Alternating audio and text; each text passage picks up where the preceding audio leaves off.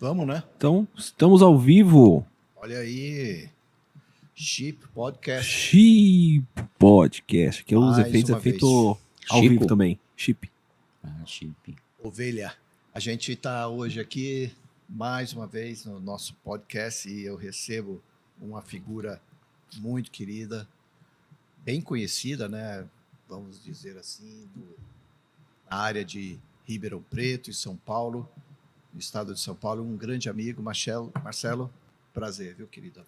Prazer é meu. Que bom estar aqui com vocês, viu? Eu consegui te pegar aqui em São Paulo, passando pela cidade, e a gente parou, e obrigado por esse convite. Recebido, né? Uhum. E aceito. Prazer é meu, viu? Tava passando, corrido, mas é um prazerzão estar com vocês. Então, sempre que puder, estarei aqui. Tem gente que não te conhece, que, obviamente a gente vai bater um papo que eu queria que você tivesse toda a liberdade de colocar o teu coração aí para fora, porque a gente vai... O meu objetivo, pelo menos, é assim. Alguém que está escutando, assistindo, que saia deste momento com alguma coisa diferente, que possa aprender algo que nunca tinha pensado, refletido, mas que o coração dessa pessoa e a vida dela possa ser de alguma forma transformado. Legal, hein? Eu tenho certeza que a tua experiência, as coisas que a gente muito possivelmente vai colocar e que eu nem pensei, mas que eu sei que vai aparecer aqui, vai ajudar alguém que está escutando a gente. Você vai sair achando pelo menos graça, deve achar. Eu não estou com o Gabriel hoje aqui, mas o estagiário está aí, né? Você sabe aí? Que hoje não dá para... Na corrida de Jeep a gente chama de Zequinha. Zequinha, ele é o meu Zequinha. Tem o piloto, o navegador e o Zequinha. Ô Gui, antes da gente começar, eu descobri que o menino aqui é de Santos, rapaz. É santista, menino. Que privilégio, hein? E o time dele, daqui uns 2, 3 anos, ele falou que vai fazer sucesso. Então a gente... Não, é o time de sucesso. Né? Você sabe que eu cresci, você não era nascido ainda, né? Mas eu cresci vendo o Pelé jogar, né? Que privilégio, hein? Eu me lembro de um gol que o Pelé fez. Ele estava no Santos e o goleiro tinha largado a bola e tinha o goleiro pegou na bola e na frente do goleiro tinha um jogador do outro time. Eu não sei quem era esse goleiro. Tinha um jogador do outro time e o Pelé. Então você tem o goleiro, o jogador e o Pelé. E de repente o Pelé saiu correndo como se o goleiro tivesse soltado a bola. Não sei se você já viu esse lembra desse gol. E ele saiu na loucura e o cara agarrou o Pelé. E foi o pênalti. Ele era muito esperto. E dizem que algumas pessoas falam que o futebol era mais fácil naquela época, né? E se você analisar campo, bola, chuteira, preparação física, emocional, tudo não era. Então eu acho que realmente ele foi alguém que superou e teve muitas estratégias muito boas. Até o momento de parar, ele escolheu muito bem. Então ele mantém a fama dele porque ele escolheu parar no auge, né? Dizem que... O Pelé, ele tinha uma sabedoria única, né? Sim. Ele tinha um carisma, óbvio, né? Pela fama dele, ele era um cara que a gente não sabe se ele era humilde, mas se ele se apresentava, humildade, um cara que sempre... a gente até escutava isso lá em Santos, ia visitar meus parentes lá, e a gente ouvia isso. E eu já te mostrei uma camisa assinada dele, né? Que a minha filha, a Marcela, conseguiu. No encontro que tiveram na escola, ele assinou uma camisa. Eu já encontrei com o Pelé na balsa de Santos para Guarujá, bati um papo com ele lá. Agora, o Pelé, o que ele tinha de estranho falava na terceira pessoa, né? Sempre. O Edson é uma pessoa ele e é o Pelé personagem. Então a culpa de tudo é do Pelé, não é do Edson. Eu conheço alguém aqui hoje assim. É assim? No nosso país. Sempre a culpa de um amigo dele, né? Sempre a culpa de um amigo. Mas vem cá, você é de Santos, tudo, de bola, você também... disseram para você que você jogava bem? Como é que é o negócio? Eu jogo para ser craque só. Brincadeira. Não, eu estou brincando aqui, mas você me falou que você cresceu querendo até ser um jogador ou começou como... Meu pai jogava muito bem Então, na minha família, muitas pessoas jogavam bem e, naquele momento, a melhor expectativa que podíamos ter é ser jogador de futebol. Então, não é pela minha capacidade nem dom, mas, tipo assim, pela oportunidade que o futebol poderia oferecer e pelo meio que eu estava vivendo, mas não tinha talento suficiente para isso, não. Eu acho que até hoje ainda é sonho, né, de muitas crianças. Sim. Obviamente tem mudado, né? A cultura vai mudando, a sociedade vai se diversificando, mas ainda é sonho de muitas crianças, né? Crescer para ser jogador de futebol. E hoje, gamer, né? Também, quer dizer, é uma mudança grande também, né? Então, ser jogador de futebol, ser gamer. E esses dias eu conheci um rapaz que a gente... foi uma surpresa para mim. Ele é jogador de pôquer profissional. Então, o sonho da carreira dele ele já joga numa equipe, né, nacional, e o sonho dele é ter um sucesso mundial como jogador de pôquer. É estranho para mim, porque eu não venho desse meio, não conheço bem isso, né, mas quando eu conheci os gamers, também foi estranho. O mundo dos gamers, quer dizer, são investimentos, eventos gigantescos, né, e ligados no mundo inteiro. E eu não acompanhei esse crescimento. De repente eu vi e a gente estava pensando até numa empresa que eu estava atuando em fazer eventos para atrair clientes usando esse canal. Falando de sonhos, aí você era garoto, você tentou jogar de futebol. Qual era o teu sonho quando você era garoto? Eu acho que eu sempre gostei de estar com gente. Então eu não tinha um sonho específico de definindo uma profissão. Mas acho que o meu sonho estava sempre ligado assim, em viver bem, estar perto de pessoas que eu gosto, em realizar coisas para o bem deles. Hoje eu vejo que tem muito a ver com o meu dom, com o meu chamado, isso. Eu sempre gostei de criar. Então, no mundo que eu vivi, havia uma expectativa assim, preciso de uma oportunidade para fazer coisas e criar. Mas eu não tinha bagagem para definir o que é isso. Então, na época, você definia, era advogado, médico, né, e professor. Então, eu estava ali no mundo dos professores e alguém falava, você vai ser médico, e não tem nada a ver comigo, eu não posso ver uma gota de sangue, né?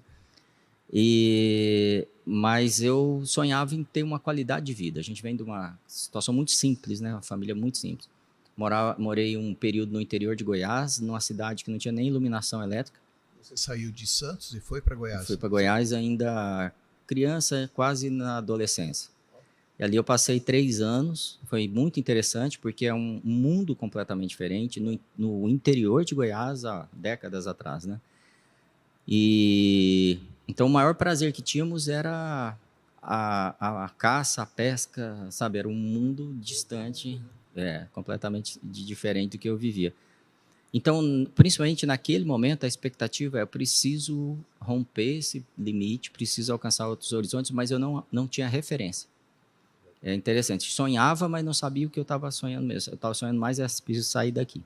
Acho que esse sonho é natural de qualquer pessoa, né? Querer alcançar algo que ela tá olhando, tá vendo, tudo. Agora, quando você não tem referência, mas você ainda sente isso dentro de você, como que você conseguiu passar desse momento?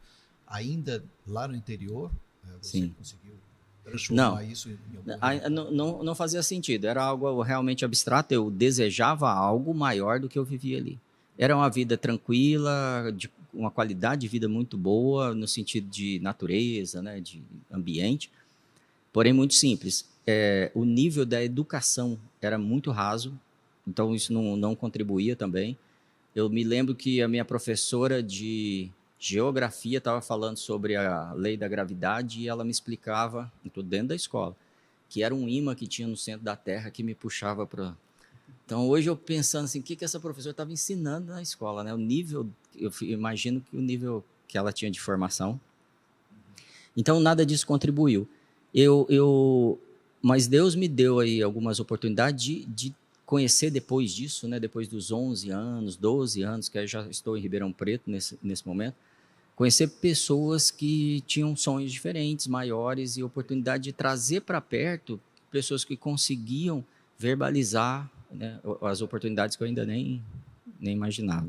Então, você é um empresário, você já foi gerente de produtos nacional de produtos, né? Você já trabalhou com várias empresas, hoje você é um dos diretores do Facility, né? Sim. Que daqui a pouco você conta mais sobre isso, mas como que você saiu de lá direto para Ribeirão Preto? Como foi esse processo? Na verdade, era uma mudança familiar. Meu pai recebeu uma oportunidade de trabalhar com uma representação comercial no segmento de calçados.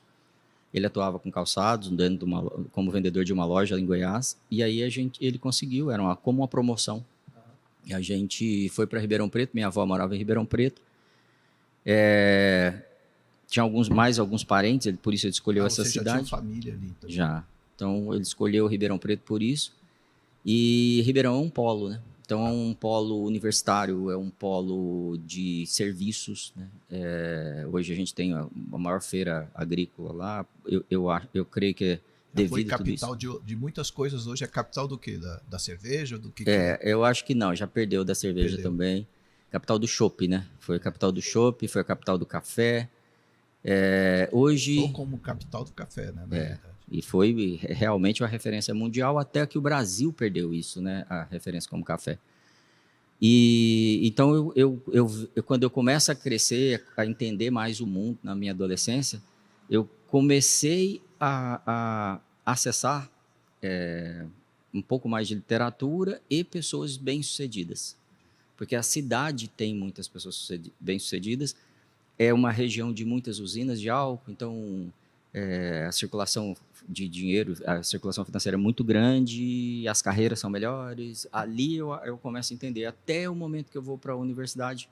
Então, na faculdade, aí parece que há realmente essa grande expansão. Engraçado, né, que, obviamente, eu sou mais velho do que você, mas eu era garoto e eu me lembro que eu vinha de Brasília, que eu também saí daqui, fui para, como você foi para o Goiás, eu fui para o Distrito Federal. E a gente vinha de carro, de Volks, seja o rural, que tivesse o carro que meu pai tinha na época, e passava sempre por Ribeirão Preto. Nós tínhamos um grande amigo lá, um casal, e eu me lembro que a gente era parada obrigatória para dar um oi, para tomar um café e seguir em direção a São Paulo ou Sorocaba, onde os meus avós eventualmente moraram e até falecerem. E sim, Ribeirão Preto, hoje para mim é outra cidade. Sim. Né? É aquela que eu conheci, existe sim o lado dela, um lado mais antigo, né? Mas Ribeirão Preto se tornou uma cidade potencialmente assim, para qualquer investidor. Né? Sim, de grandes oportunidades. Não é uma cidade industrial, então ela não gera emprego, mas gera muito em serviços, né?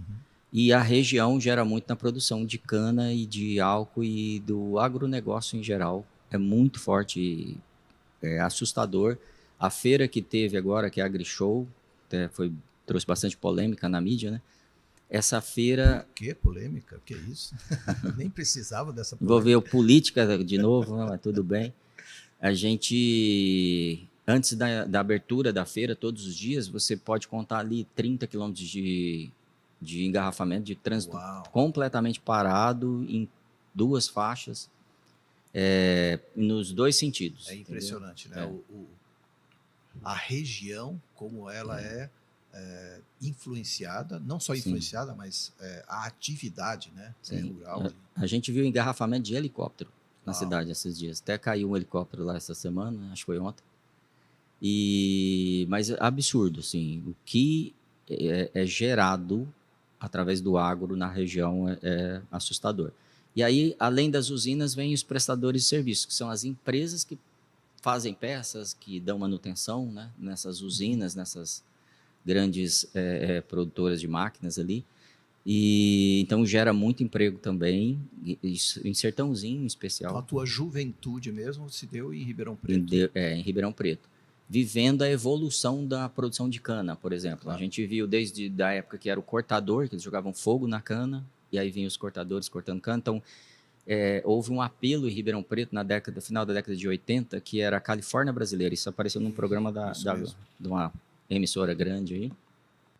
E aí desciam ônibus, né, comboios, né, gigantes de ônibus vindo do norte e nordeste, e a cidade se tornou extremamente populosa e não tinha emprego suficiente. Então, isso afetou um pouco Ribeirão Preto. Então, hoje, até hoje, você sente efeito daquele momento, que foi entre 2 e 3 anos, uma grande migração para Ribeirão. O assalto cresceu, né? A criminalidade cresceu. Natural, né? De um crescimento habitacional. E isso atrapalhou um pouco o avanço que a cidade tinha, né? De cidade com uma qualidade de vida muito boa. Então, faltou escola naquele momento, faltou saúde, né? E aumentou a criminalidade. Então, isso trouxe aí um atraso de pelo menos 10 anos na cidade. Daí, esse pessoal, muitos deles foram embora e alguns começaram a se posicionar na cidade, né? Assim, e aí a vida começa a melhorar lá também. Eu tive um momento, eu acho que foi principalmente por essa fase, que eu não gostava de Ribeirão Preto. Então, eu sentia que não era a minha cidade. Então, eu ia te perguntar exatamente isso. Eu acho que você já tentou sair de Ribeirão Preto, mas de alguma forma Deus te atraiu de volta a Ribeirão, né? E a primeira oportunidade que eu tive, até porque a família da minha esposa toda está lá e ela é muito conectada com a família, então a gente tem dificuldade para que ela saia, né? E a gente teve a oportunidade de morar nos Estados Unidos por um ano. E a primeira oportunidade que eu consegui, que era como executivo de uma multinacional, eu aproveitei, fui para os Estados Unidos e a ideia era procurar outro caminho, mas eu preferia a cultura brasileira do que a americana. Mas o que você conseguiu trazer dessa primeira, vamos dizer assim, tentativa de sair da cidade? O que você conseguiu ganhar? Porque a gente sempre aprende, né? Mesmo se deu certo ou não deu certo, se é uma cultura diferente. E como que você trouxe isso para aplicar de alguma forma? Para mim, o que houve de mais marcante é a clareza que eu obtive em entender que eu gosto do Brasil, que eu gosto da maneira que a gente vive, que eu gosto do contato humano que a gente tem, porque eu não tive isso fora e no terceiro mês isso já era assustador, assim, realmente me afetava. Então, a partir dali, eu começo a valorizar muito do que a gente tem aqui, tá? Porque eu sou nativo, então, para mim, isso é muito importante, né? É natural. E aí, quando eu volto para o Brasil, eu nunca mais pensei em sair. Que legal. Talvez somente de férias, né? A passeio e tal, mas não para morar fora. Eu não tenho plano até hoje, não faz sentido. Eu acho que, para mim, é o melhor país para a minha cultura.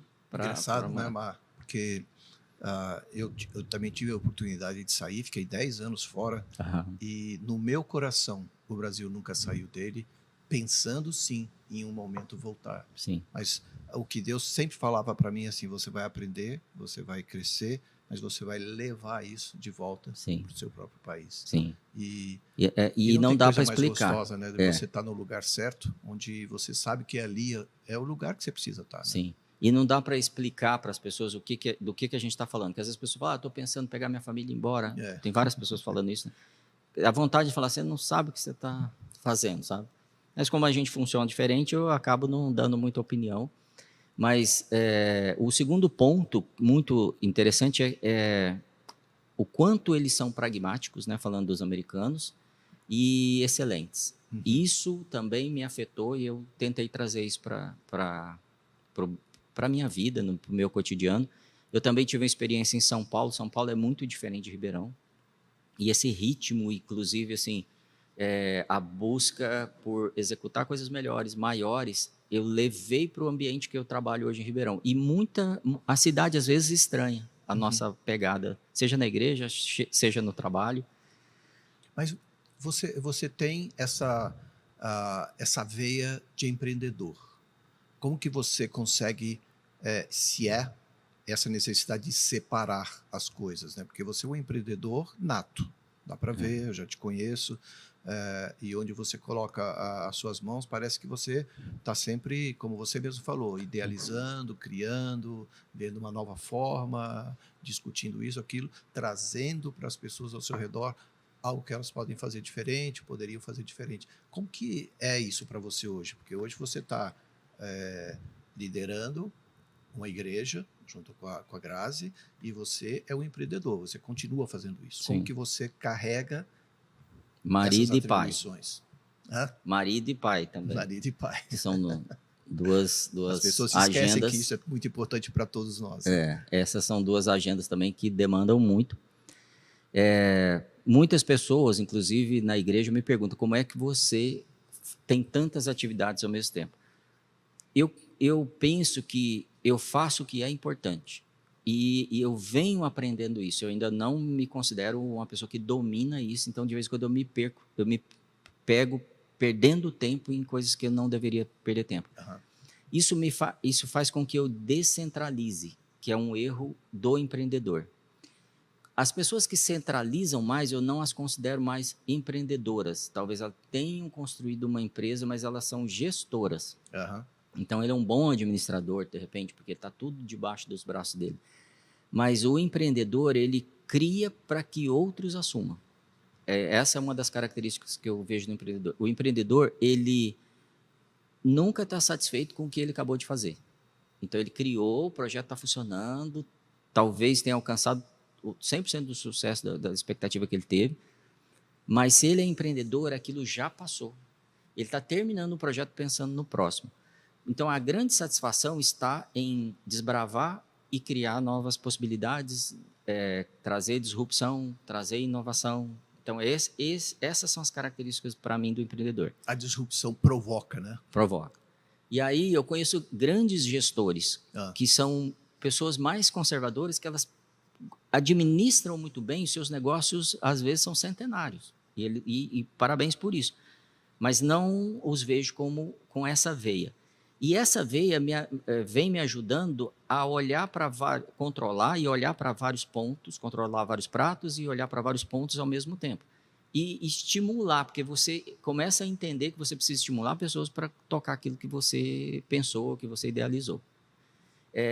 Então, como igreja, por exemplo, a gente está sempre criando coisas novas. A gente está criando um braço novo do nosso projeto, mas tem 26 pessoas sendo preparadas. Uau. Então, essas 26 pessoas é quem vai trazer isso. E eu nunca tive total clareza disso, mas está ficando melhor. Por exemplo, a gente vem falando para as pessoas que existem as pessoas que são simpatizantes a esse projeto, que vão, participam, visitam. Tem as pessoas que elas são do projeto. Então, elas já vivem aquilo como parte do ambiente, da comunidade delas.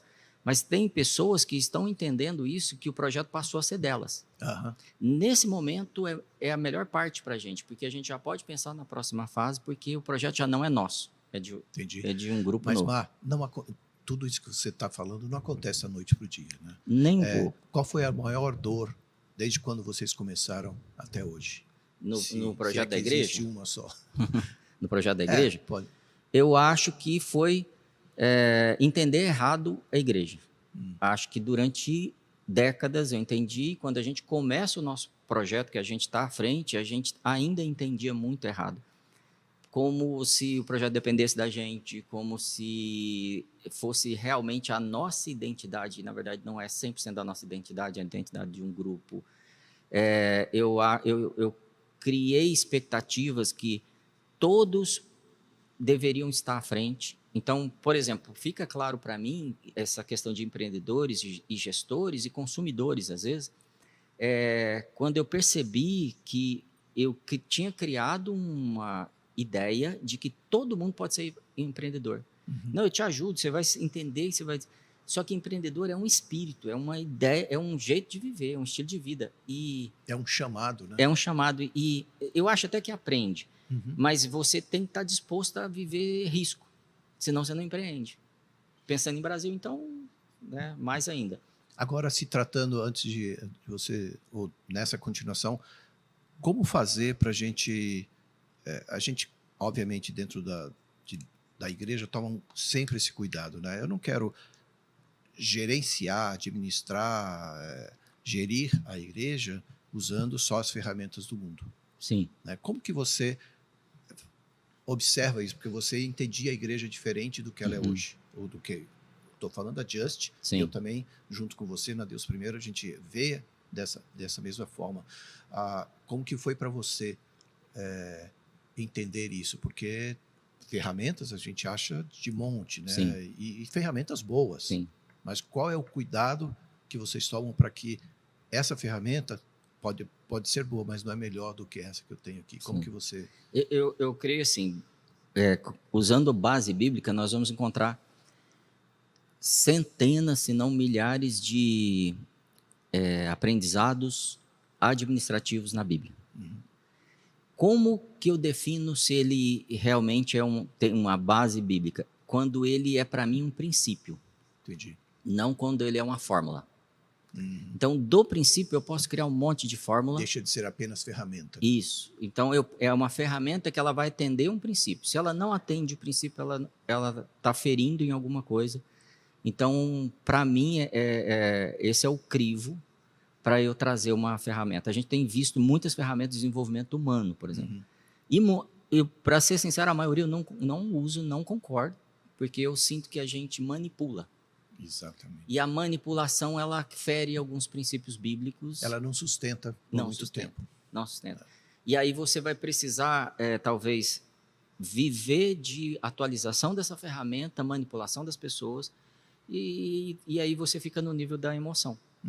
Então, você nunca vai discernir um chamado, você nunca vai desenvolver a pessoa na identidade dela, e ela não vai trazer o fruto verdadeiro. Talvez ela te traga números, mas não o fruto verdadeiro, que é a mudança na vida dela. Já é provado que traz bastante números, Traz. né? Mas essa espuma, a gente chama isso de espuma, Sim. essa espuma, ela acaba.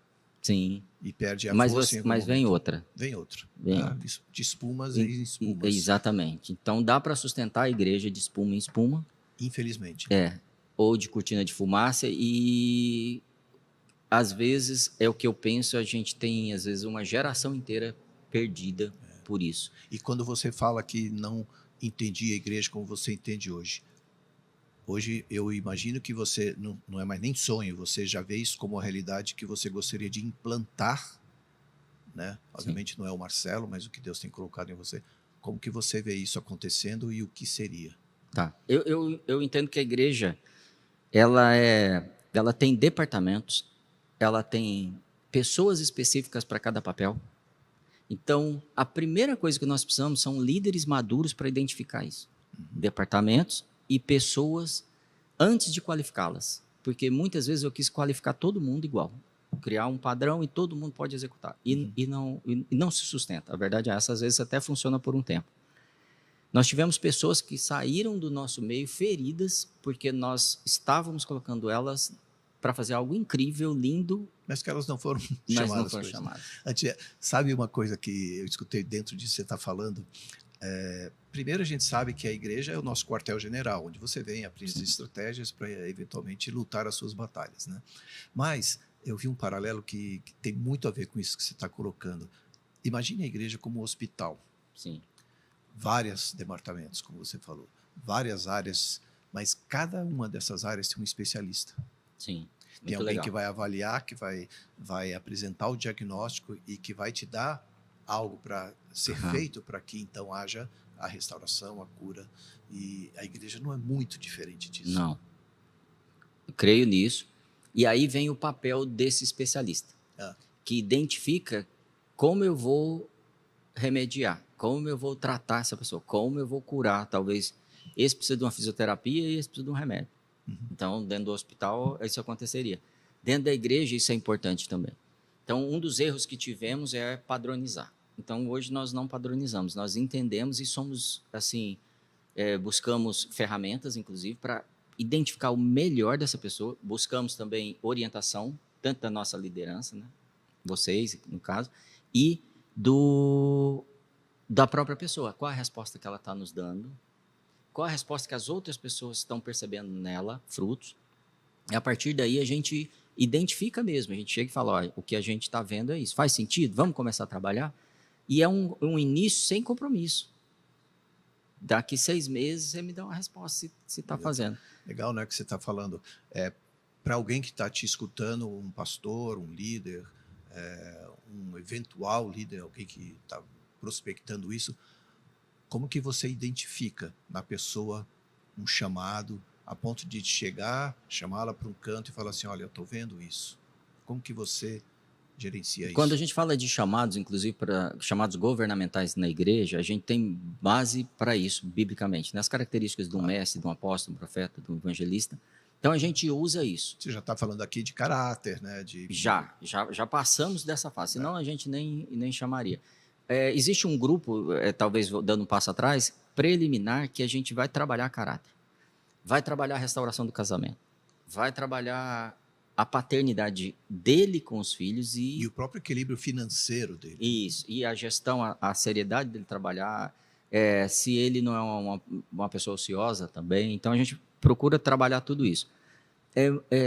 Algumas pessoas não avançam, tá? E tudo bem, talvez não seja o time da pessoa, talvez ela também não queira. E a gente hoje não se ofende mais com isso, a gente se cobrava e se culpava.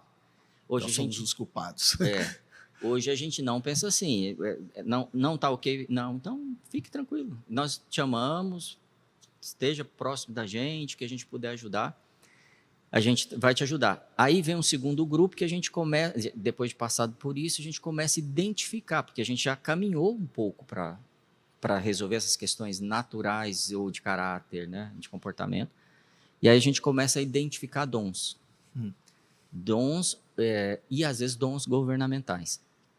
Nesse período, a gente está tendo uma relação mais íntima. Claro. E sem essa relação íntima, essa segunda fase não acontece. E muitas pessoas consertam áreas da vida delas, mas eles não querem se abrir para uma intimidade, para abrir o que eles estão sentindo, o que eles pensam, ou como a família funciona. E aí a gente não pode ajudar. Essa fase também a gente respeita, só que se a pessoa continua, a gente começa a trazer um ferramental para ela se desenvolver. A gente respeita e a gente entende, mas o que você imagina que tem acontecido a ponto de... A gente não vê poucas pessoas assim, a gente vê muitas pessoas na incerteza de dar ir para essa próxima fase. Sim, eu acho que algumas coisas são pessoais, tá? Algumas são de caráter emocional, e a gente pode até sugerir uma terapia. Algumas, elas não conseguem se recuperar na terapia, porque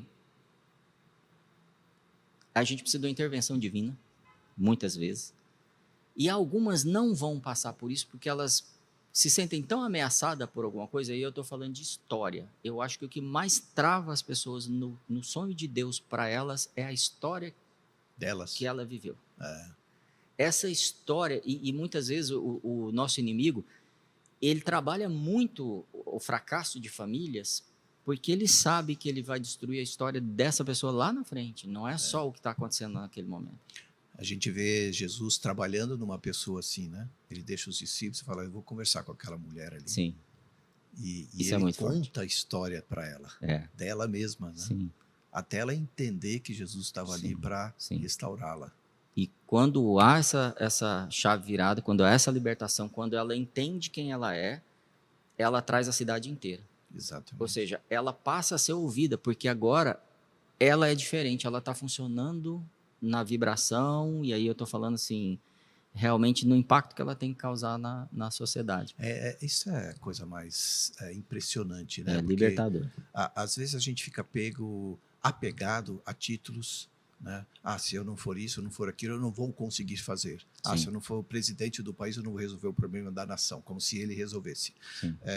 Se eu não for diácono, se eu for presbítero, se eu não tiver um cargo, eu não vou conseguir fazer, né? Engraçado, porque eu estava lendo esses dias Atos 6, que eu estou até preparando para falar isso em poucos dias, mas eu estava lendo e vendo assim, os apóstolos, eles precisaram parar e como você falou, olhar mais diretamente e com mais foco naquilo que eles precisavam fazer. Sim. E aí instituíram 7 pessoas para ajudar os órfãos e as viúvas, né, naquilo que também eles deveriam fazer como igreja, que era constituída ali. Eu estou falando da igreja primitiva. Né?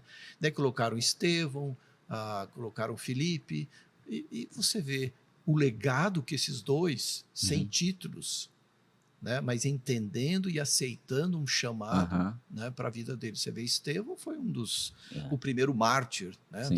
da igreja primitiva, morreu pregando com autoridade, deu uma história de Sim. vida da igreja, né, antes de ser apedrejado. Filipe saiu dali, além de cumprir o trabalho dele, Uhum.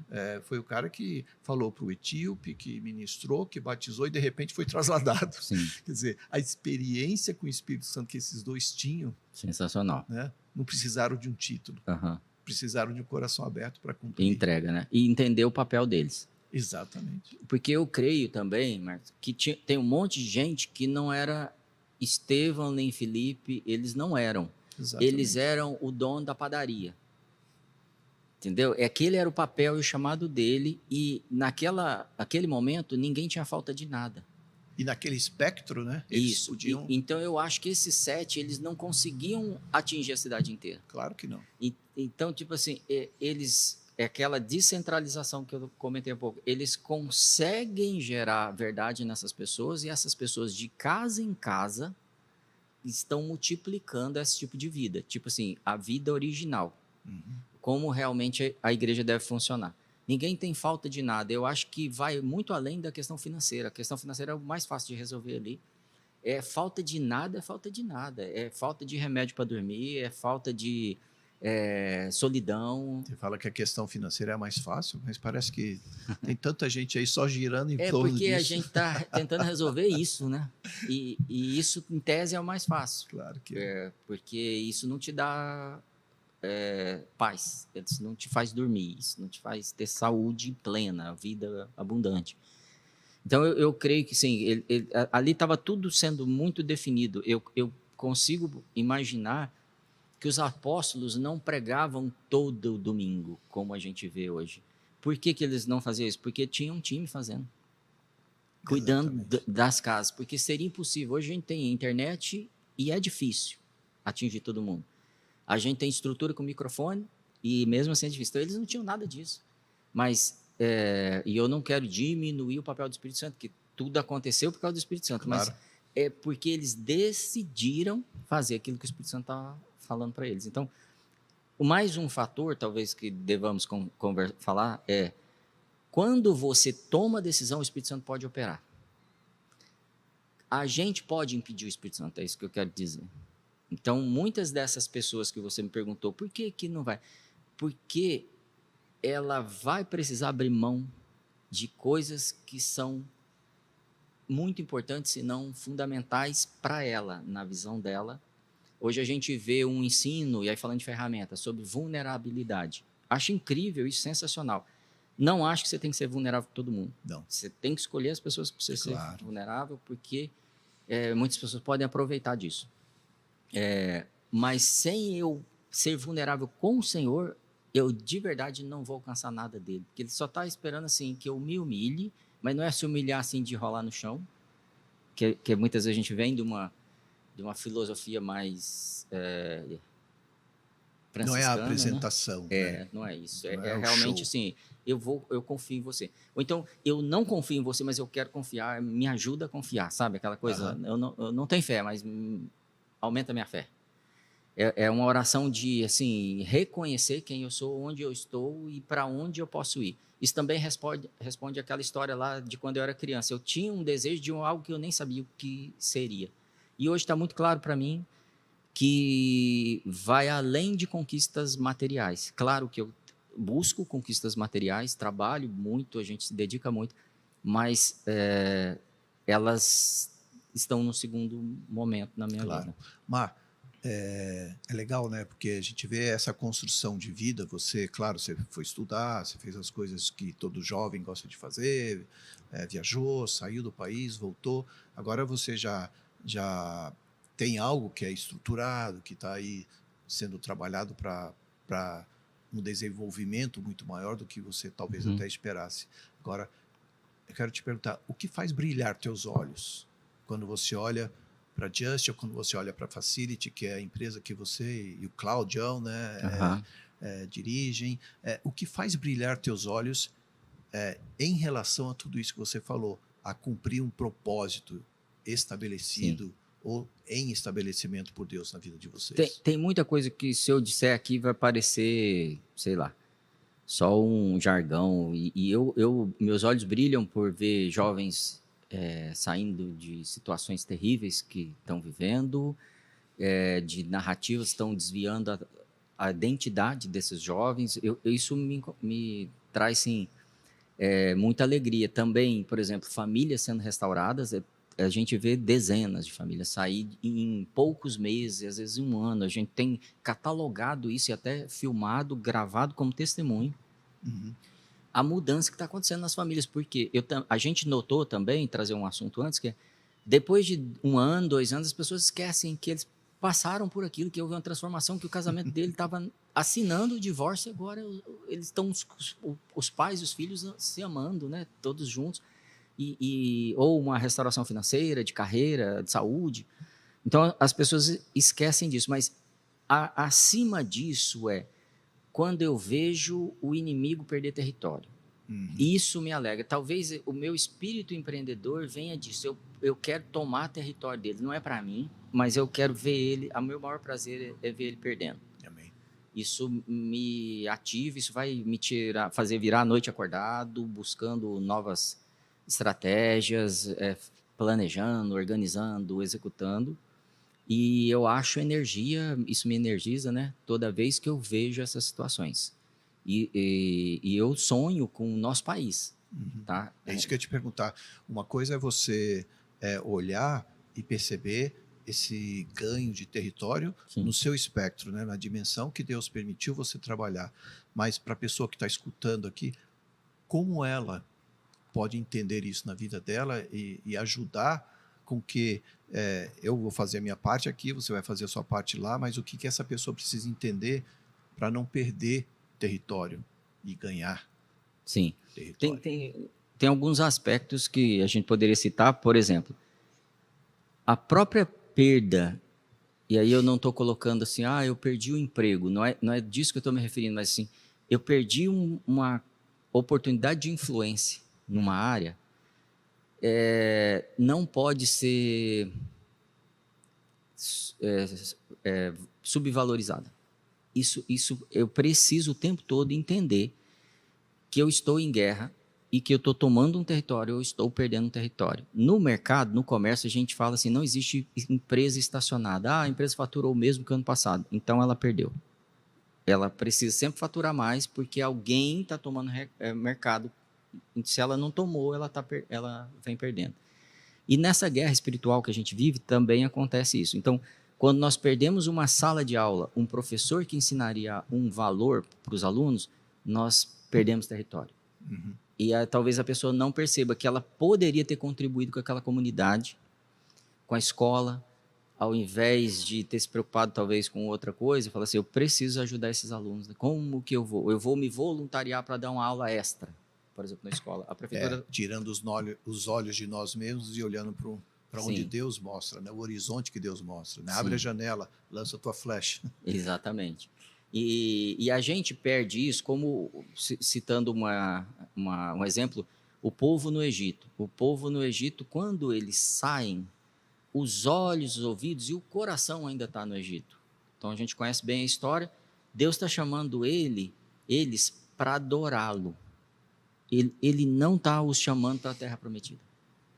Mas o objetivo está sempre no que eu vou ganhar, no que eu vou conquistar.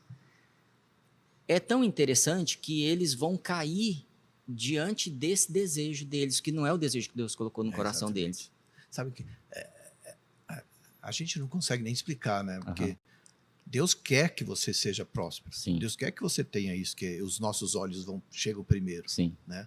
Mas ele tem algo muito maior e mais importante que precisa ser feito antes. Isso. Você falou, né, do povo olhando para a terra prometida, o cacho de uva nas costas. Aí ele falou, opa, quanto que eu vou vender isso aqui?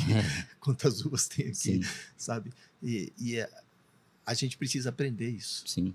Né? Aprender a partir dos púlpitos e ensinar corretamente. Porque senão o povo vai sempre olhar para aquilo que vai encher o bolso dele. Sim. Aquilo que vai brilhar nos olhos dele, para ele comprar mais, para ele adquirir mais, para ele guardar mais. Sim. Eu estava conversando com a Juliana, com a Ju, outro dia, e falando acho que eu até falei na igreja isso, a nossa cultura brasileira, por anos e anos, o Brasil tinha pouco. Sim. E tudo que a gente tinha vinha de fora. Então, se você ganhasse alguma coisa, era teu, você tinha que guardar. E você brigava sempre pelas suas próprias coisas. Né? Sim. Daí hoje o Brasil mudou um pouco, né? Mudou para melhor. Eu estou falando nesse aspecto de você edificar, construir, fabricar, tudo aqui no Brasil mesmo.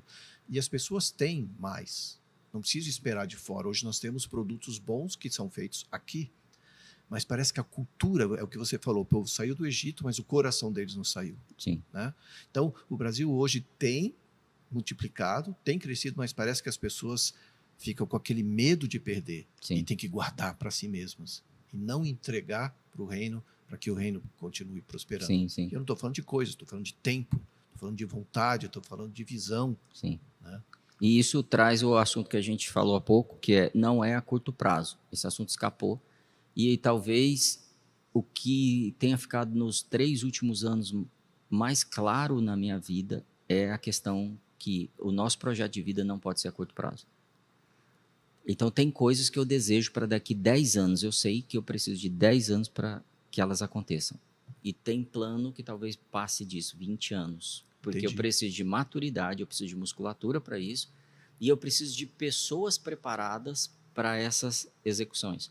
Então, quando o povo sai do Egito, eles experimentam, por exemplo, os milagres do Senhor. Eu acho que isso acontece com todo mundo que vem para o Evangelho. Ele tem um monte de facilidades. Só que na Terra Prometida já não tem milagre. Ou seja, eu já te dei o dom, eu já te sustentei, já te capacitei, agora vai que força, vai que é frente. sua.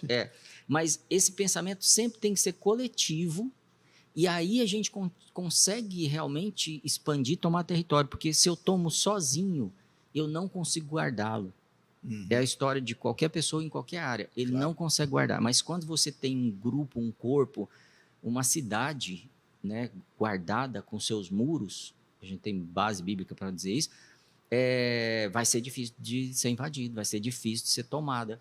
Mas quando eu estou sozinho ali, muros vulneráveis, isso vai... Você está falando de muros vulneráveis. Eu me lembro que você teve os seus muros vulneráveis. Quando eu te conheci, você estava numa salinha pequena. Como que era a impressão daquele momento, quando até chegar hoje, que vocês certamente olham diferente? Sim, eu até repetiria, ali é o momento que a gente vai errar.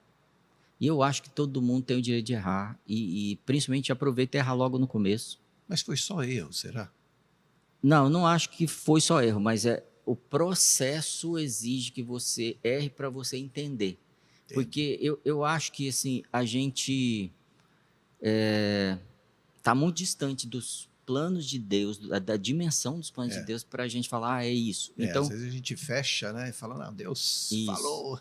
Será que Deus falou não, isso? E às vezes falou, mas você está definindo que é você que vai fazer tudo. Exatamente. Então, quando eu vou tomar a terra prometida lá na Canaã, eu preciso de um time, eu preciso, e é isso que ficou claro lá atrás.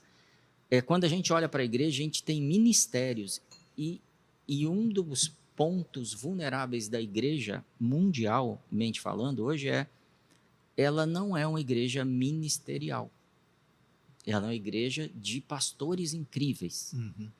E muros, ele não cobre todos os muros. Então, trazendo uma coisa mais macro na igreja é isso. Talvez na sua família está muito centralizado em você. Você não está desenvolvendo seus filhos, e a sua esposa ou seu marido e dando espaço para eles. Então, a gente vê muita família desestruturada porque alguém toma todas as decisões sozinho, sem entender o que está acontecendo. E na hora que sai por aquela porta ali, não está preparado. Não está preparado e você não é eterno. Então, tem algo que às vezes a gente conversa na igreja. Gente, amanhã, eu tive um acidente há alguns anos, você deve lembrar disso. Vamos supor, amanhã eu bato o carro e não venho mais. A igreja, o que acontece com a igreja? Então, eu sempre estou fazendo eles pensarem. A igreja é de vocês precisam fazer com que as pessoas entendam que vocês são uma bênção para a bênção deles. Marcelo, todas as vezes que você fala do acidente, eu me emociono. Porque aquilo foi algo Tremendo, né? Me permita voltar, já que você citou nisso Aham. aí. Você estava trabalhando em São Paulo, doido para ir para casa, porque você passava a semana aqui, né? Sim. Segunda, quinta, estava aqui. Segunda, quinta aqui. Você está em direção a Ribeirão Preto. Conta o resto. Estou em direção, era um dia que eu tinha sido promovido nessa companhia. Ah. Então a cabeça estava assim, mais, né, contemplativa, meditando mais.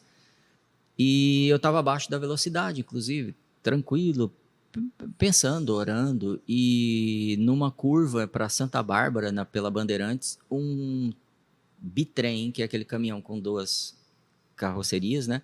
Vinha dando ré porque ele tinha perdido o acesso.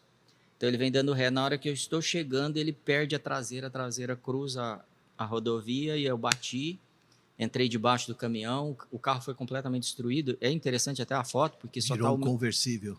conversível, arrancou tudo. Eu desço pela frente do carro, assim. Não tem mais nada aqui na frente. Eu fico em pé no assoalho do carro e piso na grama aqui na frente, assim, saindo pela frente. E quando você olha o carro, tem uma fotografia que mostra isso, só tem o meu banco e o cinto. E não tem mais nada.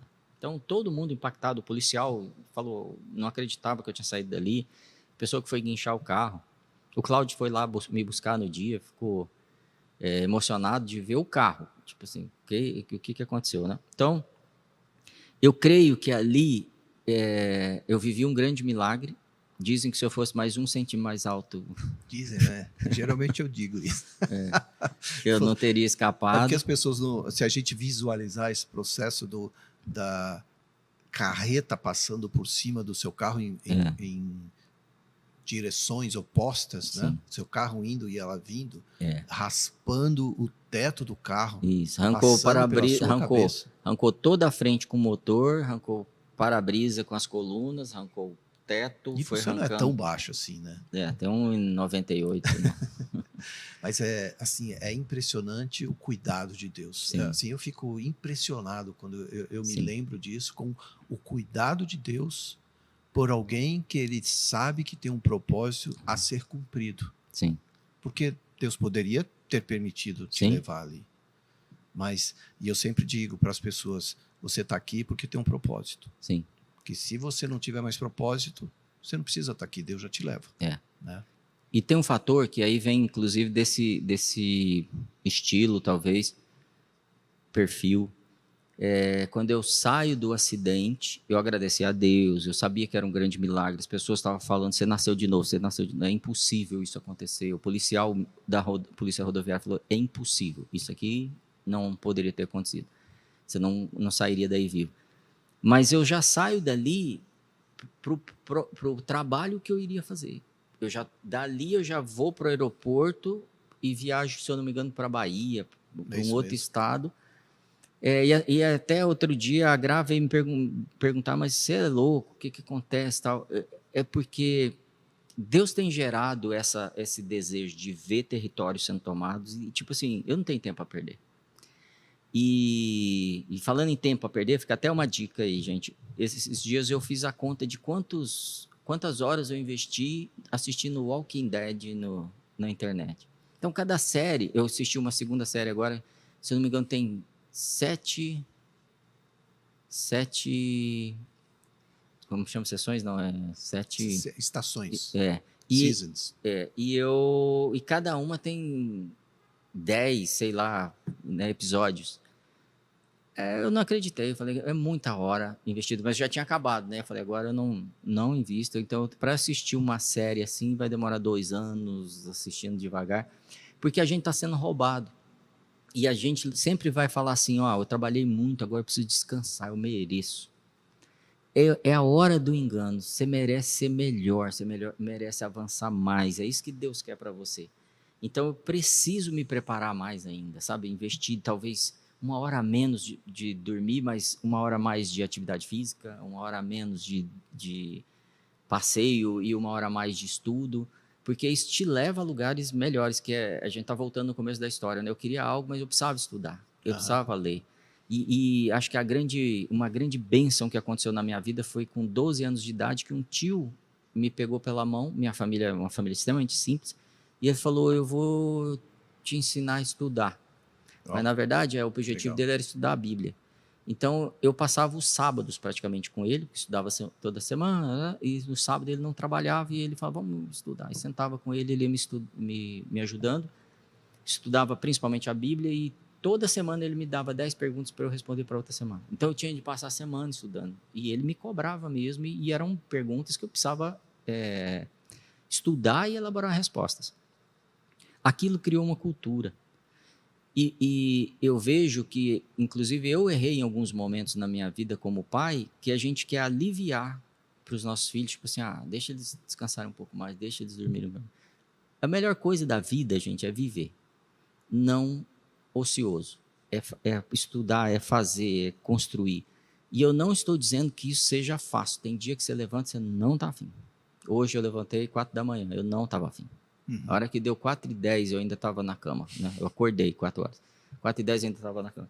Então, é assim, o quanto vale realmente o resultado disso? A gente tem um amigo lá que é fisiculturista e ele fala muito isso.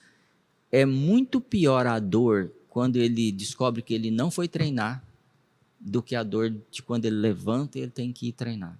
Quando a gente descobre que era para ter aprendido inglês, que era para ter sido melhor no meu emprego. E o tempo passa muito rápido, né, Marco? Muito rápido. Você está falando aí, e esse é outro versículo que eu lembro sempre, que é João 17,4, né, quando Jesus chega para Deus no final do seu ministério, quase o final do seu ministério, fala assim, Pai, eu te glorifiquei na terra no trabalho que tu me deste. Algumas versões dizem assim, não na obra, né, mas no trabalho que tu me desses, Sim. consumando o trabalho que tu me desses. Então, eu quero o dia que eu tiver 50, 60 anos, olhar para trás, sabe? Uhum.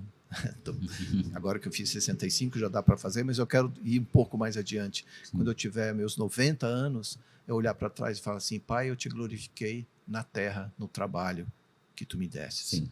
E a gente não pode perder tempo. Né? Guardei a fé e cumpri a carreira, né? Exatamente. A gente tem que aprender pelos exemplos que você está falando aqui, eu tenho certeza que muita gente está aprendendo. Uhum. Né? O Gui não mandou a gente parar, a gente está aqui, mas eu queria que você, primeiro, além de te agradecer por tudo que você compartilhou hoje, eu sei que teríamos muito mais tempo para falar aqui, nosso papo aqui não vai finalizar, a gente Muito pode bom, continuar em algum gostoso, momento, tá? Mas eu queria que você falasse diretamente para alguém que é talvez só pastor, alguém que é só empresário, mas qual é a mensagem que essa pessoa pode levar daqui hoje? O que ela pode dizer assim, eu não vou mais esquecer disso? Eu acho que, primeiro, que você não vai conseguir fazer sozinho. Então, você precisa ter um time. Se você é um líder, você precisa ter um time. Não tem como você realizar coisas sem um time. Quando nós vemos Jesus operando, ele prepara um time.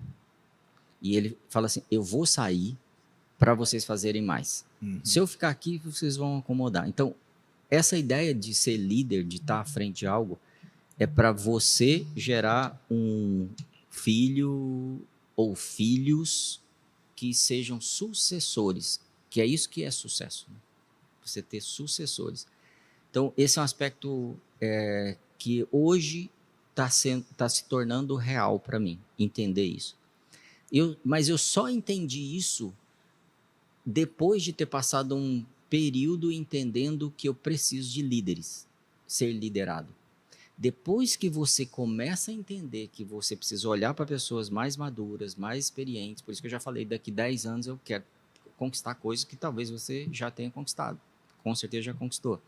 Então, eu preciso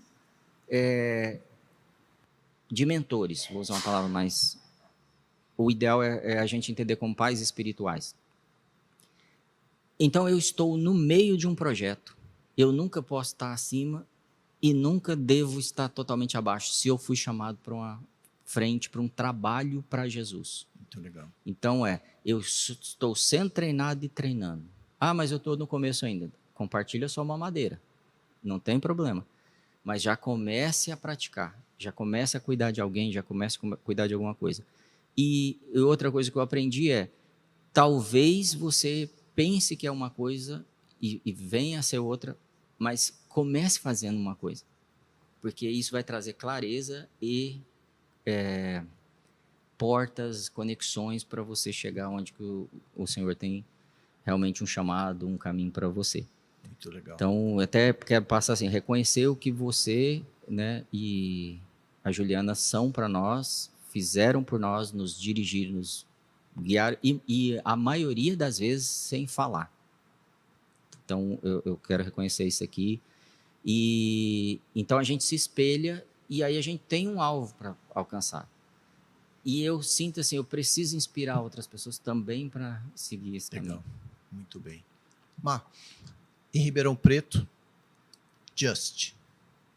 Para Sim. concluir, a gente não falou muito, né? Mas quem está aí em Ribeirão Preto? Como que chega na Just? Nós somos uma igreja que está há 10 anos em Ribeirão. A gente está no 11º ano agora, né? Completando o 11º ano. A gente está na City Ribeirão. É uma igreja que está extremamente preocupada com os ministérios apostólico, profético, pastoral, ou seja, que quer equipar as pessoas. Então, a gente tem cultos todos os domingos, às 18 horas, e tem uma série de reuniões durante a semana para cada grupo. Vocês estão agora com um novo projeto, já está finalizado, já está em andamento? Sim, tem 2 projetos, um já está acontecendo no Canadá. Então, a gente tem a Just Church Canadá já há 3 meses, Ottawa, Carleton Place é a região que a gente está ali, de Ottawa. E a gente pretende inaugurar muito em breve a Igreja das Crianças, que é a Just Church Kids. E aí a gente já tem o time, a gente já tem metodologia. Lugar, né, inclusive. E o lugar está assinando o contrato, inclusive, esses dias. Mas é um projeto que não nasceu hoje. A Gra, ela lança esse projeto há 11 anos atrás. Foi a primeira... Desde que eu conheci vocês, exatamente. A primeira ação da igreja é o Ministério Infantil, que a gente não chama de departamento, a gente chama de igreja. E a primeira lição, que ela demorou anos, a gente dando essa lição, assim, construindo as etapas dela, que chamava Ouvindo a Voz de Deus. Uhum. E ali, hoje a gente vê muitos jovens, né, de 18 anos, de 15 anos, manifestando o que aprendeu lá. E a gente recebeu uma dessas jovens em casa ontem, que ela foi fazer um curso fora, em uma outra instituição, e voltou para nos agradecer, para reconhecer, né, o que significou tudo isso para ela. Esse ministério, a gente entende que ele tem muito a ver com o que Jesus falou, assim, 100 por 1. Eu não estou isolando, dizendo que o texto seja só isso, mas isso nos inspira, sabe assim? Porque as crianças poderão fazer 100 por 1. Claro. Se elas forem ensinadas. Nós não cremos que o Espírito Santo... E quem sabe não, com certeza, com maior autenticidade. Né? Com certeza. Porque muitas pessoas estão nos dizendo assim, a igreja das crianças, porque a igreja das crianças vai funcionar assim. As crianças vão ministrar em todos os sentidos, elas vão ser treinadas, né? Já são treinadas para várias coisas, para cantar, para pregar, para orar, para expulsar demônios, se precisar, para curar. A gente já tem centenas de testemunhos sobre isso. Mas agora elas vão atuar no formato da liturgia da igreja. Então, elas crescerão entendendo que aquilo é lindo, que é muito bom. Que o que acontece muito? A gente tratando as crianças só nas salas, o que está acontecendo? Elas fazem 18 anos e algumas são perdidas. Então, a ideia é criar isso para que outras igrejas façam também, que talvez o culto da criança nem vai ser no mesmo horário, porque a gente, como vai ter 2 salões, vai conseguir fazer no mesmo horário, que é bom para os pais e para os filhos. Né? Mas, independente disso, é trazer para a criança o prazer de estar na igreja que a gente já tem. E que talvez eles não recebam, porque o culto está muito direcionado ao adulto e faz sentido. Uhum. Tá?